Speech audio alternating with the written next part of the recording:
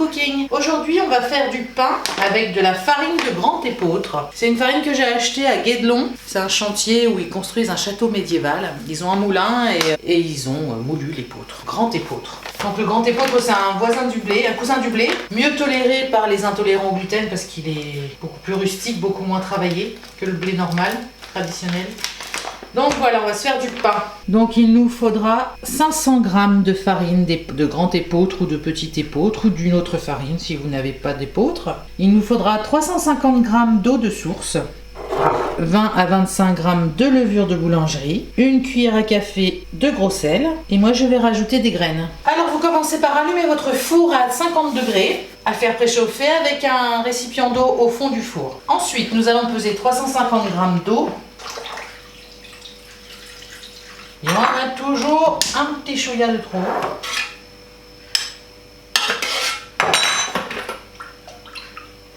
On ajoute la levure, le couvercle, le gobelet doseur et on va réactiver la levure pendant 2 minutes à 37 degrés, vitesse 2.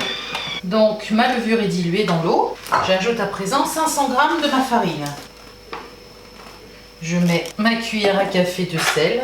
Donc là, c'est du sel de Camargue, de la fleur de sel. Ok. Et nous allons pétrir pendant 5 minutes. Donc 5 minutes, fonction pétrin. Alors, mon pétrissage est terminé. Je vais rajouter des graines de boulanger, des graines de ce que vous voulez. Là, c'est un mélange tout prêt. Je vais mettre l'équivalent de 2 cuillères à soupe.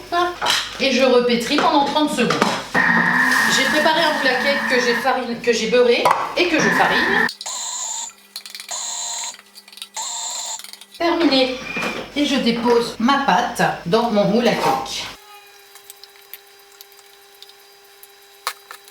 Il y en a encore au fond du bol. Donc, je remets le bol sur le socle, je remets le couvercle et en fonction turbo, 1 seconde.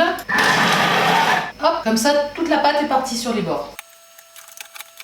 Encore un petit peu de turbo. Voilà. On va maintenant le mettre à lever dans le four préchauffé à 50 degrés. Donc on l'enfourne à 50 degrés pendant 30 minutes. Au bout de 30 minutes de lever, vous tournez le thermostat sur 250 sans ouvrir la porte du four et vous laissez cuire à nouveau 45 minutes. Bon ben voilà, le pain d'épeautre est terminé, la recette. Il est cuit.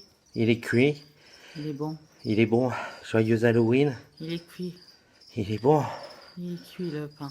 Vous partagez un maximum, vous abonnez. Il est cuit le pain. À très bientôt sur Speed Cooking. Allez, salut.